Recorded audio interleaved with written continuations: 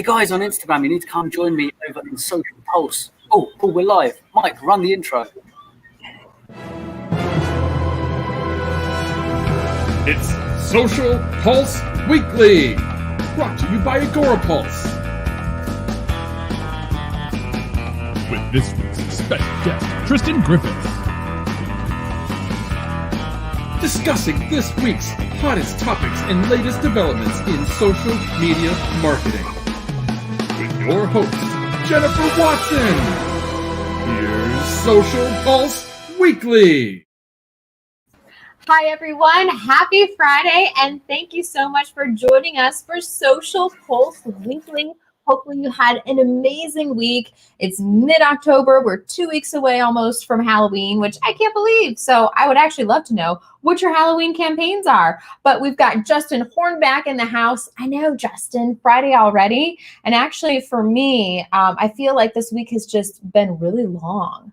I thought it was Friday yesterday, but luckily, we didn't miss the show or anything. So, but cheers to everyone. Hopefully you're all doing great. For those of you who are watching us, let us know who you are, where you're watching us from, and what are you going to be for Halloween? I want to know what you're going to be for Halloween. So for me, I let my daughter pick. So I'm going to be a butterfly.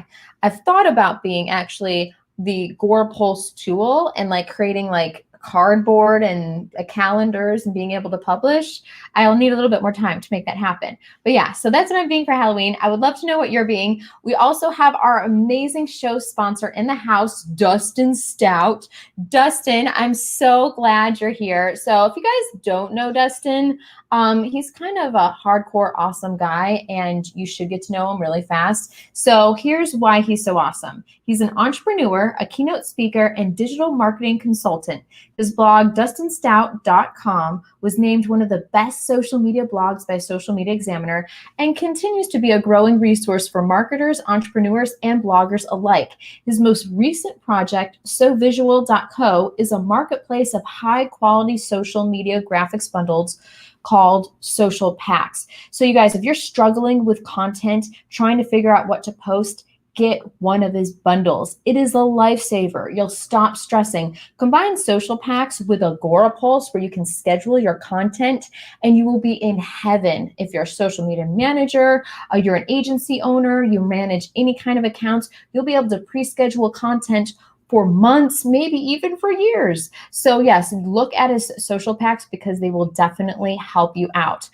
So with that said, I want to see who else is in the house. We've got obviously Scott Ayers, our content scientist in the house. We've got our community manager, Deb Mitchell, as well. We've got Brad Friedman. Brad, how are you doing? So great to see you. We've got Bruder. Hey, what is going on? Again, let us know what you're going to be for Halloween. I'm going to be a beautiful butterfly.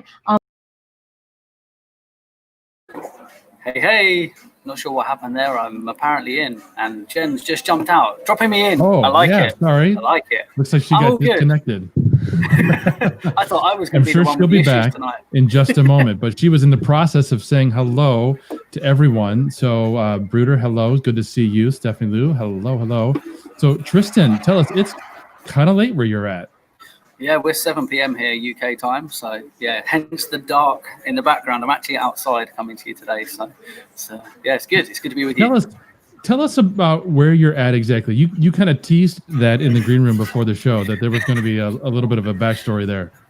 So we're actually away. This week was my birthday, so my partner surprised me with a little trip away. And of course, I thought, no worries, I'll pack up all my kit, we'll take it with us, and we'll just join the show as usual. Until we realised that the Wi-Fi was terrible in the place, and the 3 internet connections we've got all terrible on our mobiles, 3 different networks. So today we went out and spent some time in a couple of cafes, found a place, checked that they were open late, and we actually went to the place next door to where I am now. And when we came back tonight to get set up, they were shut. So it's been one after another, but we're here, and this is so we're coming to you from one of the lounges, which is amazing. Appreciate the effort. That's kind of Herculean. I don't know that anybody's ever gone through that much effort to be on the show. So that's pretty darn awesome. And I see Jennifer's back, so I'll let her take over. Bye-bye. Oh my gosh, you guys, that was actually part of a disappearing magical act that I have. Brian says that disappearing butterfly, that's what I was trying to do. I was trying to be something sneaky creative for Halloween. It didn't quite work out, but that is okay. This is live video. And Tristan, we are so glad you are here. But let's geek out a little bit about Tristan. Usually we've been kicking it off with the news, but we're going to start off with the interview, and then we'll end with some news and obviously some trivia where we give away Agorapulse gears, so stick around for that. But Tristan, you worked really hard to be here, so let's talk about how awesome you are for just a second.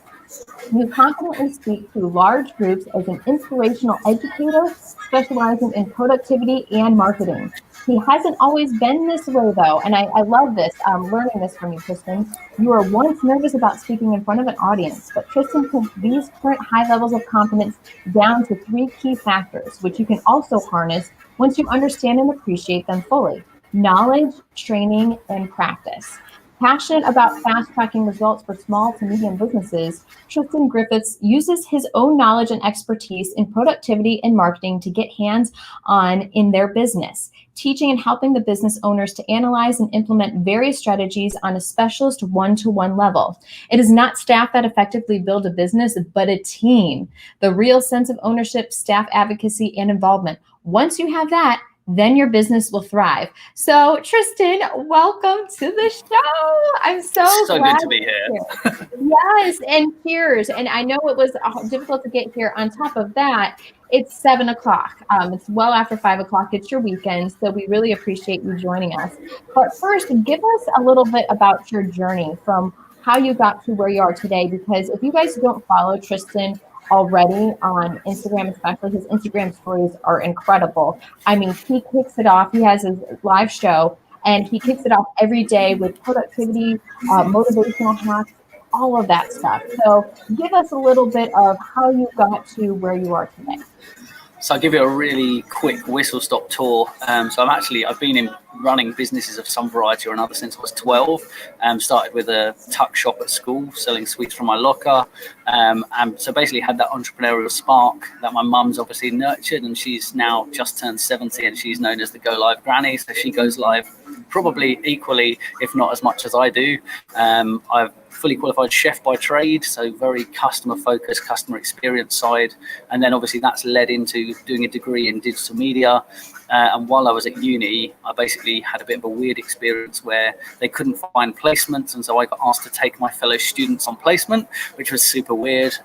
When I was asked, I was like, I work from home, so probably not going to work out. So managed to negotiate hard with my lecturer, get an office, 13 team members max. And we built an audience of 3 million people and partnered with Microsoft. Fast forward a few years, and now I teach that to other people from a family of teachers. Swore blind I would never teach, and turns out everybody becomes a teacher at some point, whether it's as a parent or a friend or a colleague or whatever capacity. Everybody ends up teaching, and so now I teach. I primarily do all the consultancy, the strategic thinking within our business. It's now at 9. I've got a team around me who are amazing at what they do, but my side is that my actual job title. We love fun job titles in our business. And I'm the Chief Inspiration Officer, responsible for inspiring my team, inspiring our customers, and inspiring the suppliers as well. So that's me, where we are in a whistle-stop tour. Wow, I just feel like you're just, I don't know, you've done so much in your life, and you're just getting started. And by the way, that microphone, that is a nice microphone. Like, it looks like it's gold. What brand is that? It's actually a really funny story. I've actually got a really expensive microphone, but when we went into lockdown in the UK, it was about 150 miles away across the most expensive water in the world in a lockup. So I decided not to go and get it. And I just did I'll just get a cheap one online and see how good it is. So it's about 20 or 30 pounds. So like, I guess $50 US, and just eBay. I can't even tell you what brand it was, but I've recommended it to about 4 or 5 other people since, because it does the job and I can throw it in my bag without worrying if it breaks. So. Oh my God, I love that. That's fantastic. And Justin Hornback said, good grief, what a career so far. Justin, I feel the exact same way. And then you start reevaluating your own life. You're just like, wait, what have I accomplished? But seriously though, Tristan, you've got so much experience. And I would love to know, with everything that's happened, how you personally have shifted your content, your strategy to better resonate with your audiences and the different people that you help as well. So we've worked with everyone from solo entrepreneurs. So we've had people who literally are carpet cleaning as a solo entrepreneur working from home, all the way through to running actions and campaigns for people like Microsoft, Cruise Trips, Merlin Entertainments, which is one of the big theme park operators here in the UK. And the essence of what happens within those businesses is that they have more resources to allocate the bigger they get, but that means that you can still apply the similar techniques lower down. It's just how you implement them changes depending on team, financial and time resources that people have got. And obviously I know we're going to touch a little bit on this during today, but during this time when it's become more difficult, we've always looked for the opportunity. And that's what I primarily do for our organization, for our clients, is I look for those opportunities, and when I deep dive into their business, we find the gaps or the weaknesses and we help them to find the solution to those things. So it's just how they implement changes depending on the size of the business. So I love that. And I love that entire strategy. You really are kind of the definition of how someone should be, running their marketing, their social media campaigns, and planning, because you make it the people first, right? Their needs, solving their problems. And something as we talked about before, productivity is huge with you. And before we get to the really, really big one, I would love to know how you help your clients and yourself. How do you streamline what you have to do for a day, for a week? So let's say leading into next week, right? What do you do on a Friday to make sure your next week is a success? Or do you do on Sunday? Do you a calendar block? What are the things that you put in place to make sure you maximize every second of every day?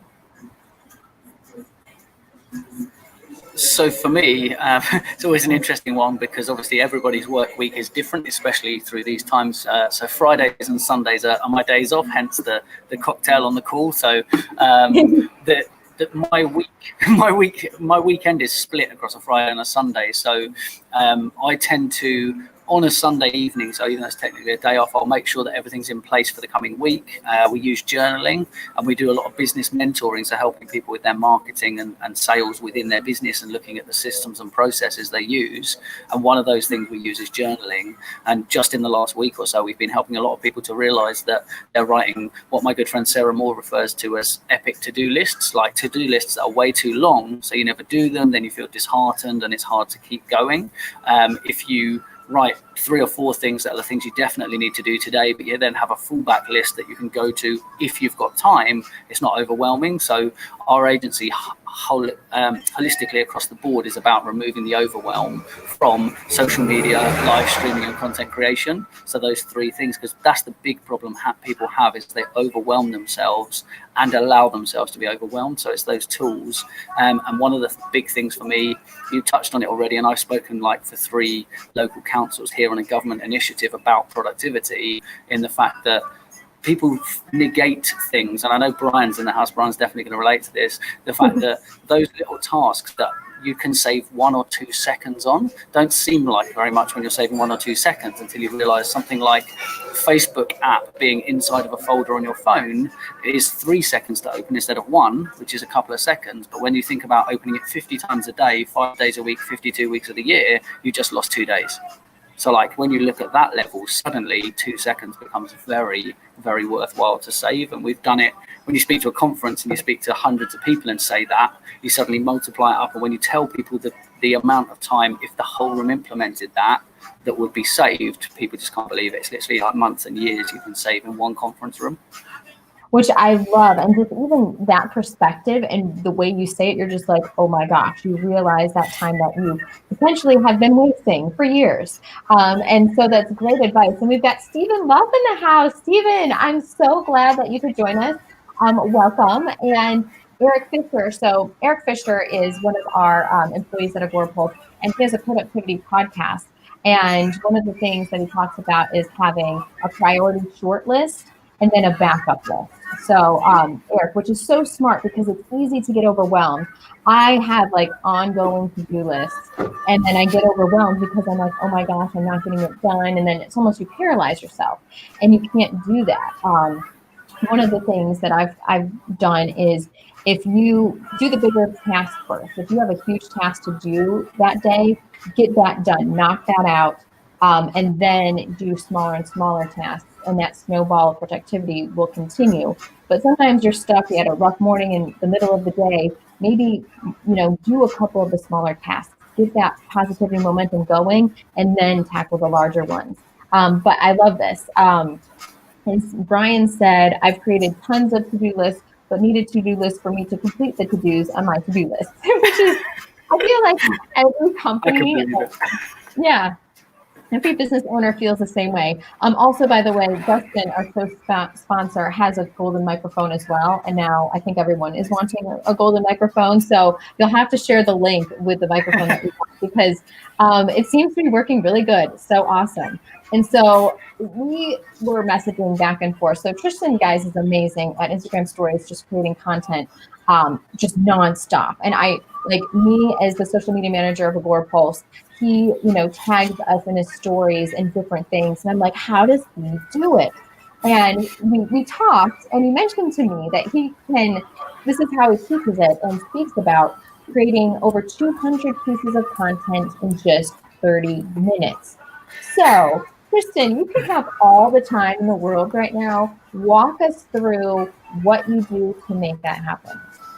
Okay, so basically it's about where you start. A lot of people sit down and they don't always think, like we said with the hospitality side, being customer side first and always having that as the primary focus. When you're building anything, it has to be of value. There's no create content. Like people say, create more content, go post more online, show up on all the different platforms, but they forget to tell the important part, which is only do it if it's valuable. Don't just create content for content's sake, or you just become like white noise on the internet, and that doesn't serve you, it doesn't serve anyone else, and it can literally damage your reputation more than enhance it. So putting the customer first, putting what they need, which we've already mentioned today, making that the priority so that you can really start to answer their problems, help them with their issues. And I've talked about it before, and I know in the messaging backwards and forwards, you've heard me use the phrase before, and I use it all the time, is building trust equity. So trust for us, you hear know, like, and trust, you hear this phrase all the time, but no one really breaks it right down. If you understand that trust is an equity, so it is like a currency that you can either cash it in, so you build trust with people, then you can cash it in and do work with them or ask a favor of them, or it can be transferred to other people. So for example, if Brian on his podcast, on his FOMO Fans podcast, mentions that I've got something that's helpful, people already trust him on his podcast because they follow him. When he passes that trust to me, he's exchanging that trust equity across to me, which means those people are more likely to come and be interested in what we've got to do. So it's this whole currency thing. So when you're creating that content, first and foremost, the person it's for, secondly, building the trust equity, and then having a whole ecosystem of products and services that are solutions based. It's an ecosystem because you get people in, whether it's free or paid, and there's this conversation about, should I do free? How much value is too much value? What can I give away? What shouldn't I give away? What about high ticket, low ticket? And all of this that we hear all the time. But if it's an ecosystem, it doesn't matter where they enter. We've had people literally sit and watch content of ours online for years, and they come in at a high level, and there's other people who come in and they progress up from the bottom, and they'll go in the free group, and then they'll want a little something. So when you're doing all of this, it's all fed by content. So I'm actually an Amazon best-selling author for social selling, which is not selling on social media. It's selling. Social selling is the act of selling without selling. So helping people, providing value, providing solutions to people. And I'm a strong believer all forms of sales fall with four main points. It's got to be the right solution for the right person at the right time with ease of access to information. And the ease of access to information comes from the content that you create, videos you record, the podcasts you put out, the blogs that you write, this, even down to the status updates and the conversations you have online. And the more conversation you have, the more trust you build. And so this whole cycle goes over and over again. With regards to actually creating the content, I've got a full system that we use that I've actually been using for, I don't know, about a decade now, because I'm constantly teaching, I'm on calls, I'm doing podcasts, all that kind of stuff. And obviously I live stream 6 times a week, teaching in the mornings. But in order for me to carry on creating content at scale, I had to come up with a system that allowed me to do it when I wasn't always available. So the solo entrepreneur who sits there and says, I can't do it, I don't have a team, I'm not Gary Vee. Well, the reality is you can, it's how you implement it is different. The same as I said, working with a solo entrepreneur and working with people like Microsoft and BBC, they've just got more people to implement it. They've just got a bit more resource. They still use a lot of the same techniques and strategies. So when you're building that, how do you implement that for yourself so that it really delivers online? And that connection you build with the audience, super, super important. And remembering, I've got to quote Daniel Priestley on this. He talks about the market, because we hear the market, who's your target market? And remembering that it's not a market, it's a group of individuals with shared interests. And we refer to that as a market because we have to put a label on it. But you have to get to the person-to-person level. And we do that at scale by content. And that's what content is, basically. I love that. And so hopefully everyone was taking notes. Deb Mitchell, our community manager, is highlighting the top things that Tristan says in the comments. So go back for that. We've got Steve Eisenberg in the house. Steve, so glad that you're here. Beck Baker as well. So glad that you're joining us. And so Deb says social selling is the art of selling without selling. This is so true. Justin Stout said, give away as much as possible, always a great marketing strategy. It's also a psychological principle made famous by Robert Cialdini, or I totally probably butchered his name. Hey, Steve, so glad you're here. But this is true, and there's so much great conversation in the comments, guys. I love this. Brian said, from what fans podcast mentioned, thanks, Tristan. I'm cashing in on my trust equity, which is so awesome. And that's very important. And Sue Ann, so glad you're in the house as well. She said, oh my God, yes, the value of content, not just content. Yes, it's the value that it provides. If your content doesn't do anything for you or your strategy, then why are you even posting it or, putting it out there?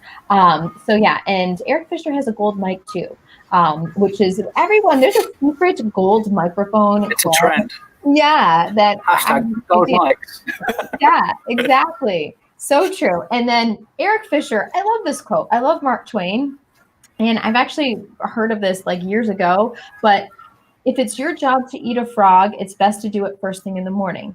And if it's your job to eat 2 frogs, it's best to eat the biggest one first. So that is so true and well said. And then Stephen Love said, see what he said. I have a to-do assistant. She screams at me like a Marine drill instructor when I get off tasks, counts me down, and will yell out new tasks. That's awesome, kind of. I feel like everyone could use a drill sergeant like to-do list assistant. I think that's fantastic. So Tristan, I love that because you touched on so many different things. When you were joining our show last week, you were talking a lot in the comments about the trust equity. And so I'm so glad you brought that up. And especially during this time that we're in right now, trust is more important than ever because there's so much fake news, fake content, all that stuff out there. Now, as we get into the holidays, Tristan, I know a lot of businesses will be wanting to sell their services and products even more. It's crunch time. It's Q4. We've got to hit those numbers. But what strategies do you help your clients implement toward the end of the year? So again, it's not forcing that selling or actually selling, but it's building that trust equity and then and providing value and then showing them your services and your products. So for those people who have been spending time throughout the year doing the sorts of things that we teach and doing a lot of what we refer to as social listening. So obviously one of the things that Agora Pulse helps us to do is to do that social listening to what people are saying about us, what their interests are, what their problems are, so that we can make sure that we're listening, we're attentive, we can speak their language. If you've been doing that throughout the year, you then literally carry on doing what you're doing and you give more opportunities. You might ramp up the amount of content that you're going to create and you might start giving them new opportunities, new ways to connect. So running challenges that people can get involved in creating opportunities or offers for people to get involved with as you go into that last quarter with time and date related things. So obviously if we're coming into Christmas time, obviously that's a time that this year is going to be super interesting for people because depending where you are in the world, you might or might not be able to see family members, and you might or might not be able to go and visit and drop off presents. There's this whole thing that's obviously going to have knock-on effects that we need to consider. So how attentively are people listening to local interest? So not just the customer themselves, but what's happening with the current situation in their local area. So saying to people, go to your shops, the government advice might literally be the opposite advice. Only go to the shops if you need to, kind of thing. So you need to listen at that level. Moving forwards with that, what can you do to go out of your way to help people? Are you signing up with new delivery services so that you can get the products to the customers in a time where they might not want to go out? Even if they're allowed, they might not want to. So how do we allow them to get the service even if they're not interested? And with things like the integration of gift cards into platforms like Instagram and Facebook so that people can literally buy gift cards, that's giving a new way to connect, a new way to gift, a new way to get that uplift of sales. It's looking at all of these different elements, and there is no one answer. So it's all of these elements need to be looked at depending on your audience, depending on your demographic, depending on your location, depending on, again, have you done your social listening? If not, buckle down on that, because that will help you to serve them. That trust equity comes from paying attention and listening. The more you listen, the more you know about what they're interested in, the more you know about what they're interested in and how they talk, the more you can mirror that and you can talk to them in their own language, and that will in turn build trust equity. I always give this example when we're talking about it. If you wanted to sell jeans to a middle-aged woman, targeting her with your marketing is going to be more difficult because her guard's up. She's got much more life experience of blocking out ads and not paying attention to it. However, if she's got a teenage daughter and the teenage daughter sees that advert and says, "Mum, you'd look great in these jeans," that's trust equity. You're borrowing the trust from the teenage daughter, passing it to the mum, and the mum wants to buy it because her daughter thinks she'd look good in it. So it's looking at who's the customer, who's the person I need to connect with to get to that customer. So it's not always as direct as people seem to think it is. So that's, again, all of those things. Who are the people who surround and impact those people? I think that is key. What the last part, especially that you just said there, is not necessarily a direct line. It's those people that impact their purchasing decisions and that sort of a thing. For me, with my daughter, I have a 3-year-old daughter. I'm all about I want to buy her the world, and I obviously can't.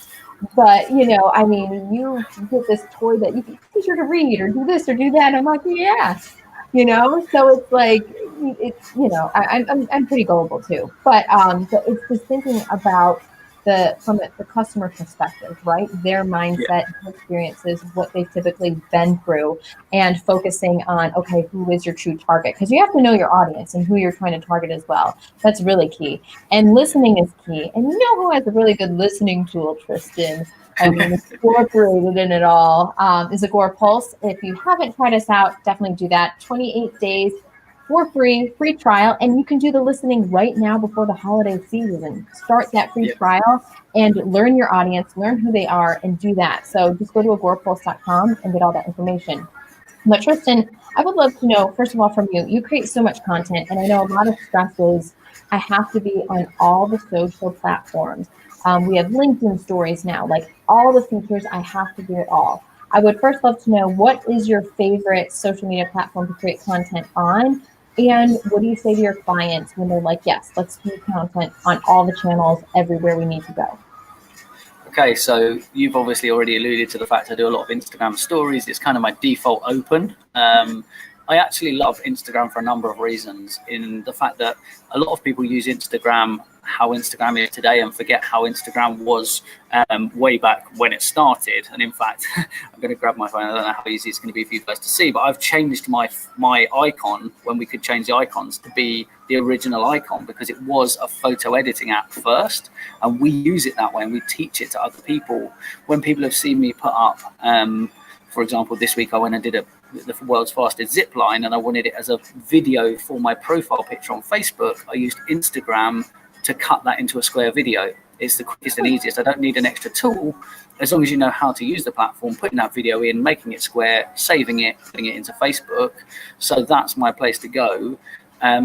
It all comes down to systems and processes. If you want to scale your content, if you want to get more done, and you want to repurpose stuff, you have to have a good system in place. And I think the platform is actually less important than people think, because obviously platforms come and go. Some, we've seen platforms disappear that we got used to using, and we see new ones arising all the time, some successful, some not, at various different levels. But we want to get people into the habit of how they create content and then using the platform as a tool. So being platform agnostic, but building the process. So looking at, if you start with video, it feeds a whole load of other stuff. And I've got, obviously the system that we use, you've teased everyone with creating a couple of hundred pieces of content in, 30 minutes, I've actually got, I don't know if Mike can bring it up, I've actually got a screen share going on, which this is a process that we've been using for 10 years. You might have actually seen a couple of these bits pop up in Brian's feed, where I've created something from one of his podcasts and it's been turned around. But if you look at feeding in with video at the top, you can feed the rest of this system. So you start with video because it speaks to every learning style. It's audio, it's visual, and there's words that can be pulled out and then turned into a blog. So our whole website at It's Nomad 9, all of our content creation content is written using my voice on camera. We haven't done anything else other than me get in front of a camera and I can write 50 blogs in 3 hours. So when you're talking about scaling, people say, I haven't got time. I'm like, have you got 30 minutes in your lunch break at your job while you're building your business? Then you can do this. So how we do that is you've got to know the topic. So right at the top, what's the topic? What's the pain point we're dealing with? How are we helping people? We research that with our clients and we give them 10 topics a month and we say, right, you don't have to do 30 minutes. That sounds massively overwhelming for most people, going on camera for 30 minutes. Can you do 3 minutes? Okay, now do that 10 times. You've done 30 minutes of video. You've done 10 different topics. Each of those videos hits 3 platforms with subtitles. You can then take the words from that, get it transcribed out, turn it into a blog, post that across 6 different social platforms. So you're going on the video side, 10 videos across 3 platforms is 30. Turning it into blogs across 6 platforms, you're now 60 there. So you're at 90. When in a 3-minute video, you're going to get a 300 to 400 word blog, unless you're myself or Brian Fanzo, in which case it's probably double that. But then from that blog, the quotes, the big one-liners that you take out of status updates to tease people, so we call them quotes or status updates, in a 3-minute video, you're going to get about 5. So you get 5 times 10, 50, across 3 platforms, 150. So we're now like well over the 200 mark. And that's before you even go to turning them into graphics or doing the what we call epic videos or Gary V style videos that people might, with the timer bars and the title and the subtitles at the bottom, or the podcast. So Brian obviously does a podcast and does video at the same time. We say if you go from video, you can actually turn it all the way down and round and back into all the other content. So all of this, when someone does this whole process, so the 200 is a bit of a tease because the colored headings, the red headings, just 3 red headings is well over 200 pieces of content in 30 minutes. It's just going through that process of do the video, get the subtitles done, pull that transcription out, turn it into a blog, and obviously stylize it, do your SEO side and all of that. Then take the quotes. All the quotes can lead back to the other content. So you're creating this ecosystem. 30 minutes, 200 plus pieces of content. It's quite easy once the system's in place. Obviously, the snag is it actually takes slightly longer than 30 minutes to do the process, but of course we provide it to customers. So when they work with us, they get it in 30 minutes.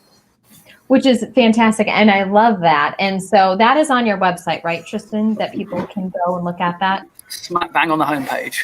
Okay, perfect. And I think that's so smart because we talk a lot, and it's something that actually we're working on behind the scenes at Agorapulse, is trying to upcycle our content, edit it down, especially live shows like this, where we usually go live for an hour. And I mean, use so much different nuggets and pieces of information. We've been turning our live shows into blogs. We have them trimmed down into little snackable pieces of content as well. But doing that is so, Justin Hornbeck, I love Justin. He's like, phew. I'm like, I know, right? And it can seem overwhelming, but like you said, Tristan, it takes a lot of time to put processes in place. But once you put the work in on the front end, it's so much easier, and you can create and tweak even more things. I love Justin. Justin's like, I need a bottle of water right now. Grab a cocktail. Yes. So Dustin Stout said, just to clarify, creating all 200 pieces doesn't take 30 minutes, but creating the long form pieces that will be broken down takes 30 minutes. So obviously the way we talk about that is because a lot of our clients are overwhelmed with creating the content. They would never do it. They don't want to do it, but they know they wouldn't. So the 30 minutes that we talk about is the 30 minutes of their time that it takes to create that pillar content that we then repurpose into other stuff. So yes, it takes longer to do it, but it's important that they've got 30 minutes. And the reality is, if anyone tells me they haven't got 30 minutes, then they're probably going to struggle with content in any format. This is true. This is very true. And so with that said, with creating all sorts of content, and you mentioned before that you use Instagram to edit your video. What are, because I know there's some really quick and easy apps on your phone, but are there any other productivity apps or hacks that you utilize, whether it's on your phone, your desktop, or anywhere else, that really saves you that time and you're just like, gosh, I need this app to make this work? Yeah, so we obviously, like I said, we teach quite a few people. We do some mentoring of businesses around social. And one of the things that we teach is using your voice or using other people's voice. So I bookmark my blogs and then I get them read back to me rather than sitting to read them. So my partner, avid reader, 800 books in the library, me, 5 in the background of my videos. But I usually, I get the audiobook as well. And that's why the books look pristine on the shelf behind me, because I've got the audiobook as well. So I would rather listen. So bookmark a blog and then get it read back to me. Literally on my iPhone, bookmark it, 2 fingers down, swipe from the top, and it's text to voice. It's most people don't use it because it's an accessibility feature for people who are partially sighted. So if you're not partially sighted, you probably haven't looked there. So there's lots of tools and features that you haven't used that you could.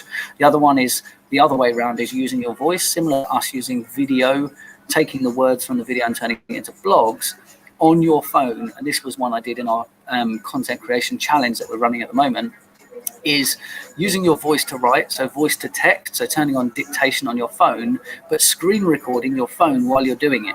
So not only am I writing my written content, I'm also recording my screen, which gives me a waveform I can use in my social content with an overlay as a teaser. It also gives me the words writing out. You ever see someone writing text out in an Instagram post and you don't know how to do it? Voice to text, screen record, drop it in Instagram, and it's done.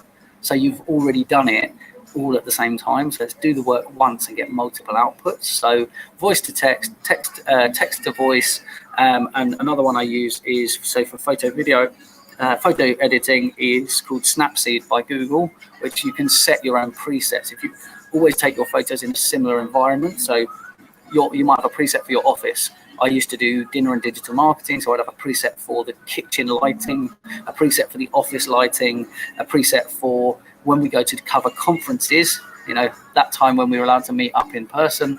When we get there, we'd walk around the venue and set up presets when we start the day, because then I can just take a photo and edit. People are like, your photos look amazing. I'm like, they're just edited, that's all. So getting that all set up ahead. So again, systems, processes, and tools that make the work easier later on. And I love that. And those are great tips. And I would love to know, for everyone watching, what productivity tools or hacks do you guys use to make your life easier, to edit video, to do anything like that? Brian Fanzo said, love the idea of recording the screen at the same time. That is genius. That's really good. I've never heard anyone say that before, Tristan. So that's a fantastic tip. Yes, very creative. Dustin just said that. That's really clever. And Brian also said he uses the Video Shop app plus Adobe Spark are the 2 apps I use on my iPhone the most these days. I've used Adobe Spark at my prior job, Canva now. There's a lot of different, Easel is another one that's phenomenal for creating really design-looking images yourself if you're not a designer. And even I'm sure designers use it. So that is fantastic. And this is a question for you, Tristan, as well as everyone watching. I would love to know, what are some of your favorite brands on social media that inspire you, that do clever things? Or we could also spin it this way, since we're getting close to the holidays, some of the most genius holiday strategies or marketing commercials or anything that you've seen in years past, or even now. But I would love to know what brands inspire you on social media. I have to say, I consume, probably because I create so much content for ourselves and for the customers and clients that we work with, I think I consume quite consciously, and so I probably consume a lot less than maybe some other people do. I have literally just watched The Social Dilemma on Netflix last night, which was a bit of an eye-opener, and a reminder of how we use social. But I think a lot of the people that I know, I've chosen to follow, so I particularly see their content and I'm very invested in their content. I have Twitter lists of people that literally, it's not a list with everyone from an event, it's a list of 10 people I might be interested in. I'm always fascinated when I see Brian throw something up from his you know, all the stuff he's doing in virtual and all of that, and 3D cameras and all this. He's always looking for a new way to do something. And, you know, like, I'm always fascinated to see whether or not I can work out how something's been done, as someone who kind of looks and notices things like a small change in a feature on a platform really interests me. Like, why has Microsoft suddenly made everything round within LinkedIn? It's like very much a younger platform, younger looking platform now. So I'm interested in those things. So I think other people that I know, obviously, that really inspire me. Even down to like my mum. I'm going to give my mum a massive shout out here. So she's the Go Live Granny, facebook.com/Go Live Granny. Go check her out. She goes live 10 o'clock every evening. That was your mom? Yeah, that's my mum. So there's a funny story. So starting my business at 12, I actually went to private school, and I got in trouble for running a tuck shop. And there was a pivotal moment in my life when she'd been called in to speak to headmaster, and she could have shut down my whole entrepreneurial spirit. But as we walked out, she literally looked at me and she said, "You're going to do it again, aren't you?" And I said, "Yes." She said, "Don't get caught." And so she left it like that. And that obviously kept the entrepreneur spirit going. But even to today, we've just built her own whole community that's currently being tested behind the scenes. It's a bit of an Agora Pulse exclusive. She's got a whole community platform being built at the moment that she's testing, because she goes live. I said, "I'll build you it if you are consistent, if you show up, if you do all the things that we teach, then we'll build it." And so we've built that now, and she's doing it. She's showing up. So I'm inspired by, we all have days when you just don't want to go live. You just don't want to go on social. And I think it's some of the people closest to you can have the biggest impact as well. So it's really, really important to think about. It's not just big brands, because again, that's how a lot of small businesses get forgotten. And we've got one big collaboration going on in the retail sector here and it talks about exactly this, the website's been built out of a frustration of reps not going to see convenience store owners and retail shops because they're too small for the rep to get their commission, which means the brands can no longer connect with them. There's no direct path, and so they've built this there. So I think the smaller businesses quite often innovate and do things, but they just don't get the visibility of the big brands. And so everyone always answers with, you know, Coke did this or so-and-so did this, but actually sometimes it's the small brands that do something really, really clever, hyper local, really niche. Like the venue I'm in are curbing the trend in hospitality that even pre-COVID, the hospitality industry is struggling in the UK, places closing left, right and centre. This brand at the lounges is opening 2 venues a month while everyone else is closing. So what are they doing differently? And like, I've got to know their head of food and beverage and look up, they don't go and position in the same places as other people. So they've done some really cool stuff. They were very quick to gluten-free, very quick to vegan, but only when they got it right. They didn't rush it, but they were quick to get there. So I think you need to look away from big brands and look to smaller brands, because they do some really cool stuff. And I think that's a big eye-opener for a lot of people. Look away from where you think you might want to look.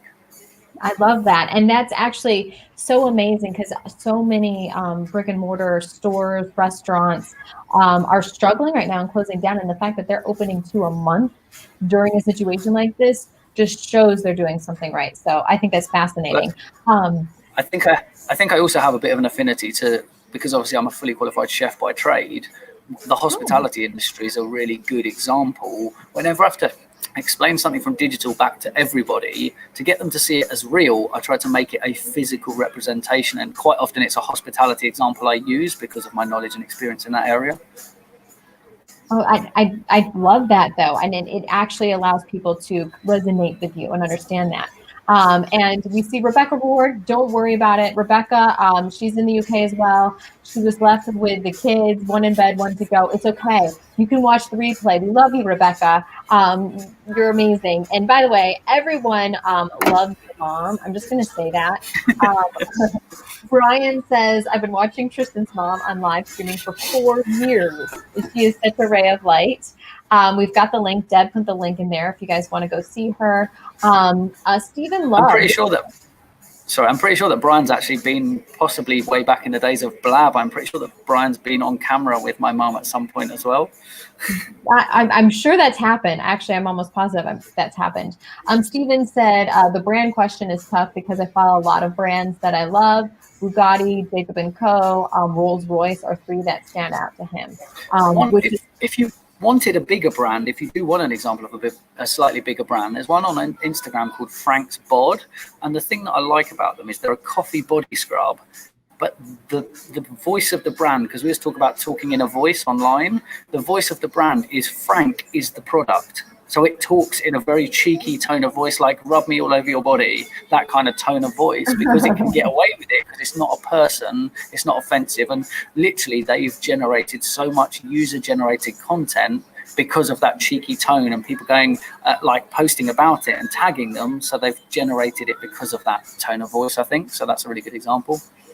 I love that. Oh, that's so true. And it doesn't have to be, I didn't necessarily mean a big brand, but it can be anything. One I love that always resonates with me is Dove, because it's all about beauty, and it's from the inside out, and it always makes me tear up and cry. But I love it. And so Deb Mitchell has the Instagram for Frank Bod, if you guys want to take a look at that as well. And I can't believe this is such a fun conversation, Tristan. Can you just hang out with us all night, all day? I would love to know, going into ending 2020, going into 2021, what advice do you just have in general for marketers, social media managers that may still be feeling overwhelmed, unsure of what to do, worried about their business? Maybe they own a brick and mortar store and they don't want it to close. What's just a few things, tips of advice that you have moving forward? So I lost your audio for a second, but it was a advice going into like the following year for Overwhelm. I think you don't have to be on everything. You don't have to be on every single platform just because someone tells you should be on it. Do the research, make sure that you're doing the things that are right for your brand and business. Anyone who is a specific influencer for one platform is obviously going to tell you that platform is the right solution. The reality is you have to see, is my audience there? How are they using it? Because some people in your audience might be there, but they might not be consuming the way you think. A lot of business to business, because obviously we deal with a lot of business to business stuff, they often always gravitate straight towards LinkedIn and they brush aside things like Facebook.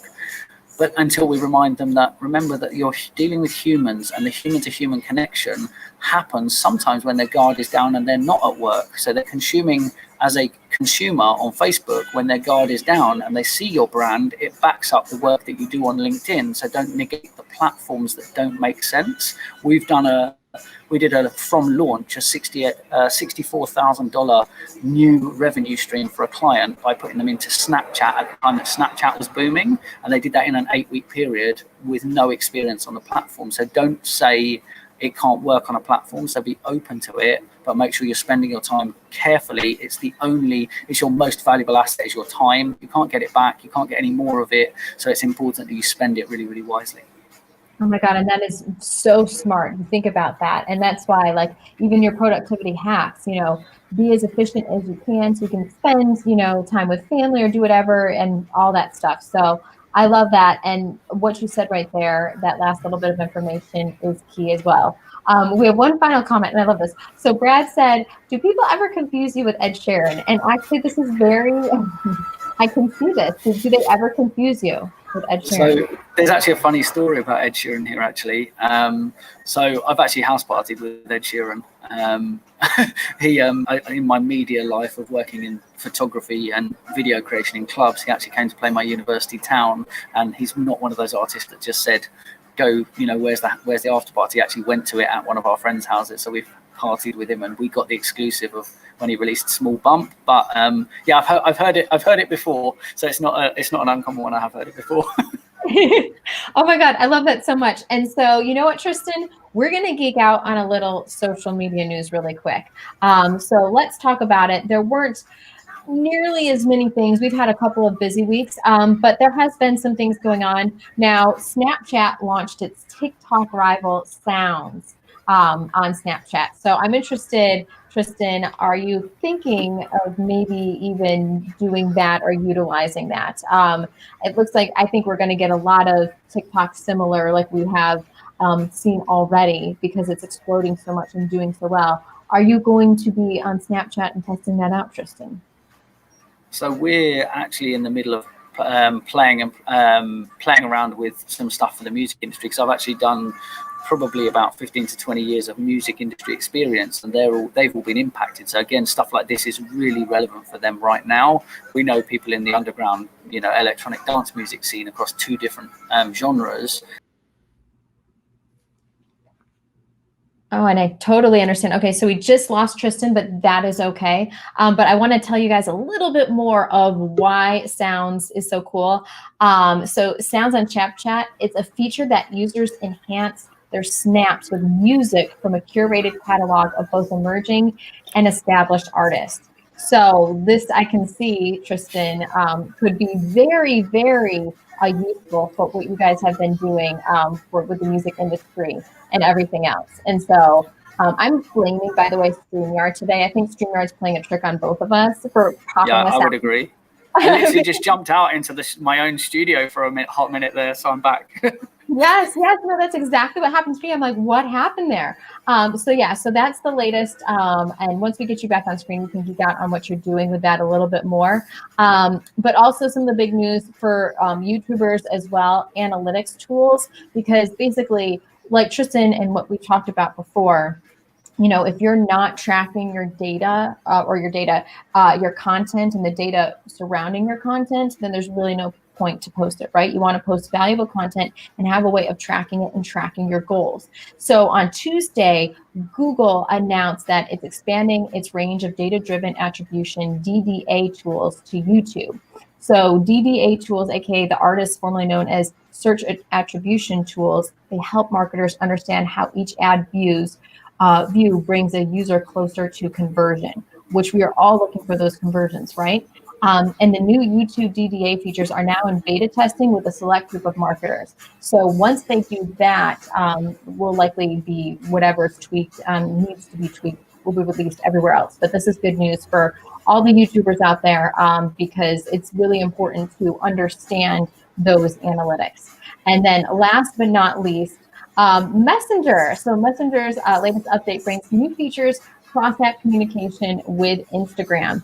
And so it's getting a visual update on a number of new features, including support for chat themes, custom reactions, and soon selfie stickers and vanish mode. So all of this is so much more fun. And I think the features that we've recently seen helps personalize things and helps that connection as well within people. So these are all going to be coming out here very soon. While Instagram users had to opt into the upgraded new feature set in order to also gain access to the cross-platform communication capabilities, Messenger users don't have to make a similar choice. So something to keep in mind. But with that said, Tristan, let's get back to your story, talking about Snapchat and music. And then we have trivia, guys, where you could win an Agorapulse mug or shirt, your choice. And it's really fun. I'm interested to see, Tristan, how you do on these as well. But first, I want to hear how working in the music industry and with some of your clients, the new sounds with Snapchat could help you guys. So because we work with a lot of music artists, we've actually this week been looking, because there's been issues with licensing music across different socials and stuff getting taken down and notifications against people, even people with the licenses. Something like this will be really interesting to see how it rolls out, how it works. And remembering that if it's similar with adding like TikTok with music and stuff where people are doing that, remember what happens with TikTok is people quite often create in TikTok and then they go repost into Instagram. How many Instagram stories have you seen with a TikTok logo on? So it's good for their growth, but it's not so good because people aren't natively using Reels, for example, in Instagram.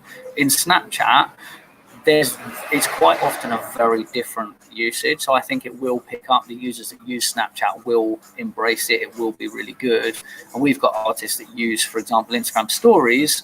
But I think that's, again, remembering that every platform can be a creation tool. The same way people use TikTok and Instagram stories, I think the sounds inside Snapchat is going to be really powerful as a creation tool as well as a platform. And people can remember, same as I make my square videos in Instagram through posts, you can use it as a tool to create for elsewhere. And again, so big one productivity tip that comes to mind that you asked about earlier, Google Photos, right? Set your phone up with Google Photos to back up everything. Ever lost your phone, ever lost a photo? The reason we do that, we use Drive and Photos, is Photos has the most comprehensive search that I've ever seen for imagery. If I search for my mum's name, here's all of the pictures and videos she's been in. I search for MacBook, it shows me all the pictures of MacBooks and the word MacBook on screen. So it looks through documents. So if you want to find something quickly in your photos or videos, start using Google Photos, and it's free. So why wouldn't you? Oh my gosh, and I have to definitely agree with that in Google Photos. I have that literally on my phone right now, next to that, and that's so key. Between my photos and Google Photos, it's on my phone, because that has backed up so many photos, because one of my phones had gotten damaged and other things and lost SIM card, and thankfully everything was there. So Tristan, those are great tips. So let's get to trivia, guys. Are you guys ready for this? Yes. All right, so let's do it. So let's do the first trivia question for today. Let's see if you guys can get this. So Omnicore, they had a bunch of different articles earlier this year with all the stats and different things on the platforms. And so trivia question number 1, according to Omnicore's article, what percentage of shopping enthusiasts turn to Instagram for product discovery? So according to Omnicore's article, what percentage of shopping enthusiasts, I'm one of them, turn to Instagram for product discovery? Is it A, 50%, B, 60%, C, 70%, or D, 80%? Tristan, what are you thinking for this? Don't know on this one. I'm actually, if it's for shopping enthusiasts on Instagram, I'm going to go probably C, I think, on this one. That's good. Rebecca said 1C as well. And so it's interesting. So I probably buy more from Instagram ads than I do from anything else, but I don't go to Instagram to actually do product discovery. It kind of finds me, which is like a little different. I feel like I'm just so busy. I don't have enough time to really do research on products, but somehow Instagram knows me really well and will feed me the right ads. And I'm just like, purchase. So yeah, we've got B2. So yes, these are good. Oh, I love you, Rebecca. So hopefully both kids are down. I know, Justin, I can't say a word. I'm not going to say a word. C said B. I'm just going to repeat what everyone's saying. Beck said B as well. These are all great. I'm just letting you know how my Instagram experience is. All right, let's move to question number 2, guys. Trivia question number 2. You guys ready for this? All right. So according to Omnicore's article, UGC content over native content has what percentage higher of a conversion rate? And hopefully I worded that a little funny maybe, but according to Omnicore's article, how much higher is the conversion rate for UGC content over native content? Is it 2%, 3.5%, 4.5%, or 6%? I'm interested to see what you think about this, Tristan. I'm going to say that it's probably like on the really high end, because people, like brands, are always going to tell you that their content and their products and services are really good. Obviously, if someone else is creating it, obviously, again, the context of this is it an influencer or is it a genuine user? Because if it's a genuine user, you're more likely to trust it. Yes. Yeah. Genuine user. Yeah. So I love that. What are people saying? We've got D, B, C. All right, guys. You guys are doing good. Everyone's doing good. I'm going to say everyone, so we don't, I don't give away the answer. We're going to give you guys a couple more seconds for this. But yeah, that was, yes, UGC is the best. It really is. So if you want to, if you don't incorporate UGC content or struggling, definitely do that. We also have another D. Good job, guys. You guys are doing great for a Friday. You guys rock. Yes, UGC is seriously the best. So, all right, guys, with that said, we are closing in on an hour. And I just want to say a big shout out, first of all, to our show sponsor, Dustin Stout. He is amazing and incredible. Follow him for all sorts of productivity hacks, social media tips, and more. And also think about purchasing his social bundles, because they are so powerful and key because of the fact that if you are struggling to find some kind of content, he packages up so nicely for you. Just like he said, if you love Adobe Spark and Canva, you're going to love these even more. So yes, make sure to take a look at that.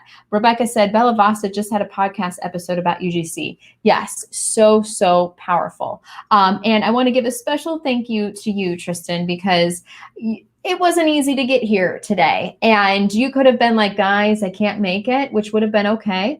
But you made it happen. And I love that drive, that passion, and sharing your brilliance, your energy, your hacks. You are very creative. Your UGC, all the content, your clients are so lucky to have you. So I just want to say, where can people find you, follow you, hire you, all that stuff?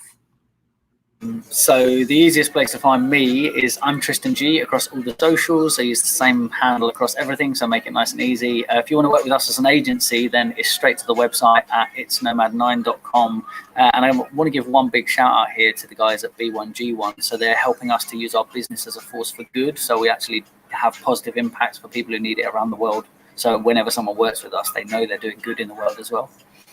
I love that. And I love the music in your background at the bar. I think it's awesome.